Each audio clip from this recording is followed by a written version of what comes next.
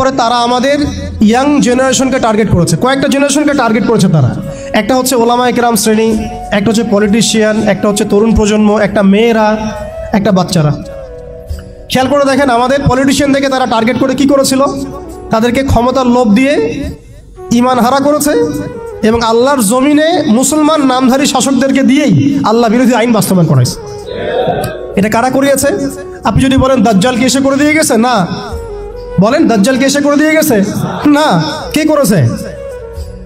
নামধারী মুসলিম শাসকরাই করেছে এবং তারা বলেছে জনগণ এটাই চায়। দেখেন শাসকদেরকে তারা ক্ষমতা দিয়ে তাদের বসে নিয়ে আসছে, দুনিয়াবী স্বার্থ দিয়ে বসে নিয়ে আসছে। ওলামায়ে কেরামদের একটা শ্রেণীকে তারা কিভাবে বসে নিয়ে আসছে? মসজিদ করে দিব, মাদ্রাসা করে দিব, সব কিছুর সাপোর্ট আমরা দিব, রাষ্ট্র নিয়ে, অর্থনীতি নিয়ে, সমাজনীতি নিয়ে আপনারা কথা বলতে আইসেন না।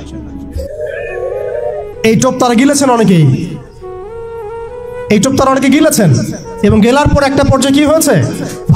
ভারত জাজল্যমান দৃষ্টান্ত আমাদের সামনে, ভারত আমাদের সামনে জাজল্যমান দৃষ্টান্ত।